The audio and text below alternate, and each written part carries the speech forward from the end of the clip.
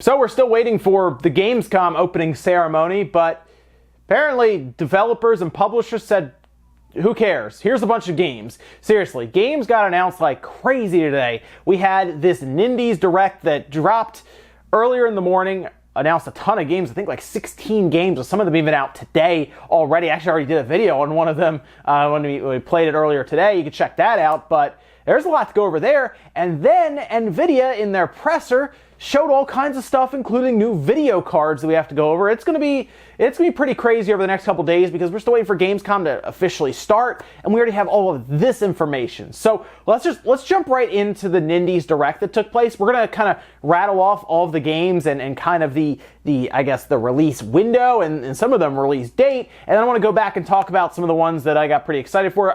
There's one in there in particular you guys probably already know that I'm excited for. So let's just start going through all of the games here, and then if you want to learn more about the games, you can check them out, as a lot of them, not a lot of them, but some of them are already out on things like PC at this point. And they also put together a very nice Nintendo Nindies highlight reel of all these games on the Nintendo UK YouTube channel. But let's jump in here and just go through all of these, and I'll show you some of the footage from the Nindies Direct as well. And we're gonna start with Night Call, that's early 2019. Monster Boy in the Cursed Kingdom, which looks phenomenal, by the way, November 6th. I was waiting for a while to get that release date. The Gardens Between, that's September 20th.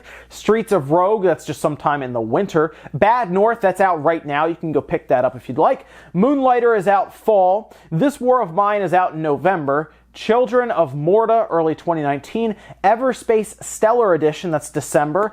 Baba Is You, that's in the fall. Slay the Spire, early 2019. Windjammers, October 23rd. And then, out of nowhere, Windjammers 2. We're going to come back to that one. I'm very excited for that. That's 2019, specifically on the Switch and PC. They actually forewent any of the other consoles and specifically went to the Switch for this one, along with, of course, the PC. Pretty interesting decision there. We'll talk about that. Terraria 2019. Prison Architect, that's available now. And then Morphe's Law, also available now. That seemed to be kind of something to cap the entire thing off of with for a lot of people, and that's the one that I actually played earlier today. You can actually go check that video out. We went ahead and played online. Has some issues here and there, but I think if they can iron out some of these server issues right now going on with the online, I think they actually have a pretty cool, unique third-person shooter there that I think will last for a while since there's a lot of stuff to unlock. They got to get that online figured out. It's just so laggy right now. But you guys know right away, I want to talk about Windjammers, because when Windjammers 2 got announced, that took me by utter surprise. I did not think Windjammers 2. Guys, this is 25 years later.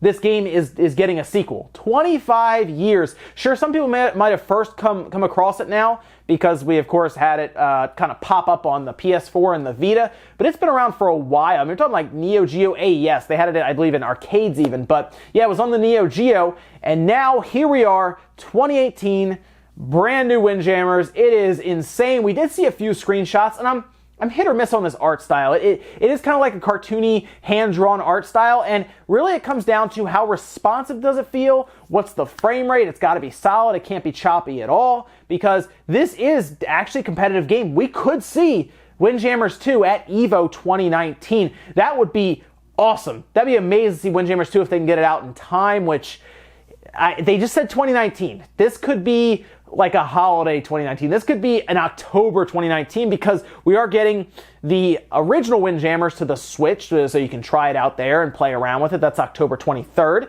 And yes, I'm downloading. I have it on the PS4, and I'm getting it on the Switch because I think people will actually play with me on there, because nobody plays on the PS4. I think occasionally, I'll usually boot that game up every other day at night for like half an hour or so to see if anyone's on, and sometimes people are. Most of the time, it just searches and searches and never finds anyone. So I'm excited because Windjammers is back. It's in the limelight. People are talking about it. Windjammers 2. It's a good time right now, really. And also, Monster Boy looks awesome, and now we find out it's coming in November. So great. I'll have another one to pick up there. That's going to be after, of course, October, when everything is coming out, and it's going to be a lot of games all over the place. I don't know how I'm going to cover all of them. I probably won't be able to. I'll cover as many as I can, but that's the game that I have my eye on. FDG is following me, I believe, on Twitter, so hey, if you guys want to, send a code this way, I'd be more than happy to play it, because I'm going to buy it anyway. The physical copy looks awesome. I'm buying it anyway, but,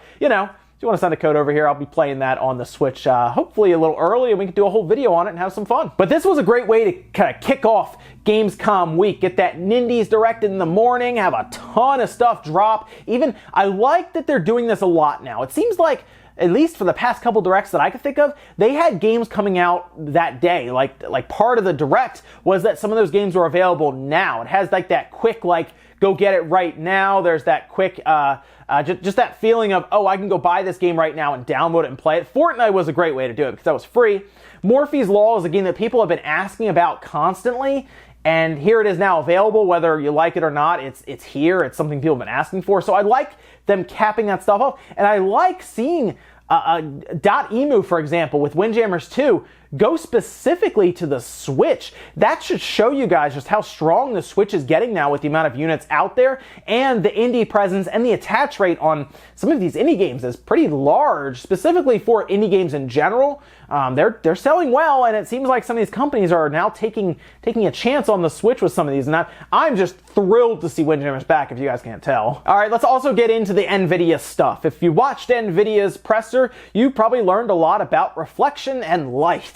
That seemed to be like the big thing they were pushing, right? They're pushing their ray tracing algorithms, their technology that they were showing off, where they were going to do it in real time, and it does have a strong effect if you kind of see the differences, the before and after. There is a very strong effect there, and as I've seen a lot of people kind of say, it feels like it could be a next generation type leap, having real-time ray tracing in games to that degree. It was pretty large. They showed things like that Star Wars demo that we saw, I believe at SIGGRAPH and GDC and everything, where it was apparently using several large Volta GPUs, but then they used one of their Turing GPUs and it did it no problem. It's pretty impressive to see that kind of stuff, and when you see a demo like that, yeah, you can realize that some of the big companies like we saw at Battlefront, you start putting that in there, that kind of technology, they can do some crazy stuff. They also showed it with some games that are coming up. They showed it with Shadow of the Tomb Raider.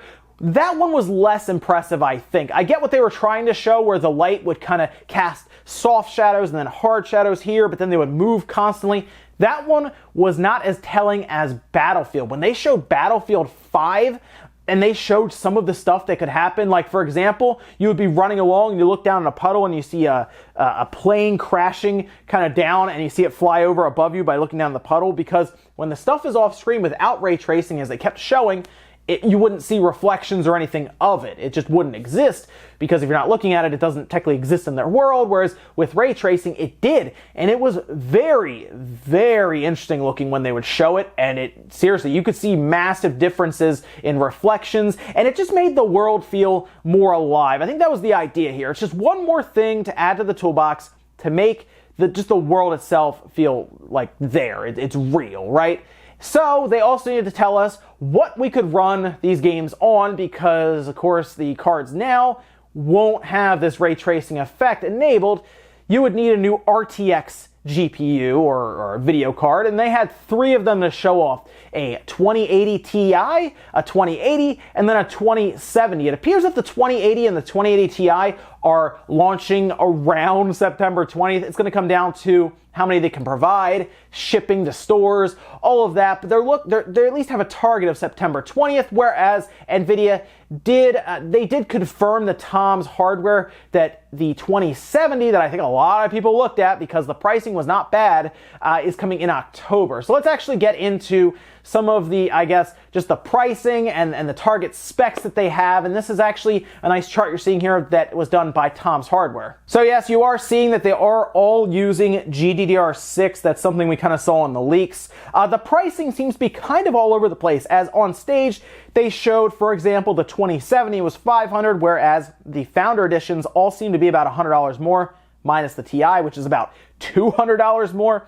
I think what they showed us there with that 500, and then it was kind of confirmed in interviews and stuff later, is that they're going to start there for things like the reference models and some third-party cards. So think of you might get like a PNY card or something, right? I know they're not the best quality or people like them as much, but that could be a $500 card, or maybe you'll get an MSI that's a $500 card. They could play with memory configurations, clock speeds. There's a lot of things they can move around to get to that pricing.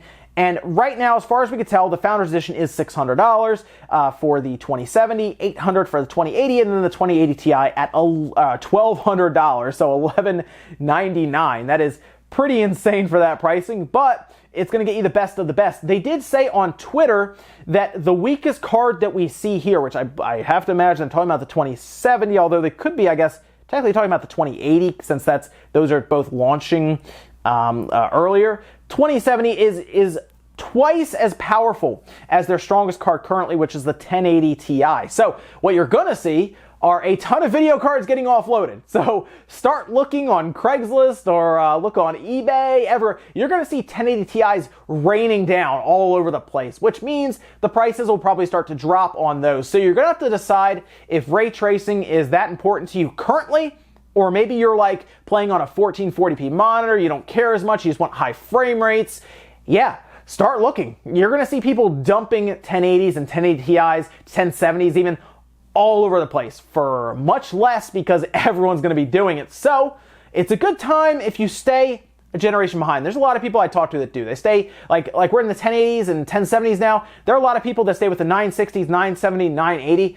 You get the upgrade now for a bit cheaper. But if you're on the cutting edge and you like having that, look forward, because I'm telling you, the ray tracing stuff is very impressive. I'm curious what AMD is going to do now, because they were already behind the 1080 Ti, and here comes Nvidia with more powerful cards by a significant amount from what we're hearing. We still need to see benchmarks. Keep that in mind. We still need to see a whole bunch of benchmarks before we can completely prove that in the real world. But from what Nvidia is telling us, these are significantly more powerful. AMD was already behind, so they need to come to the table with something very impressive, because they're also going to be powering the next-gen consoles.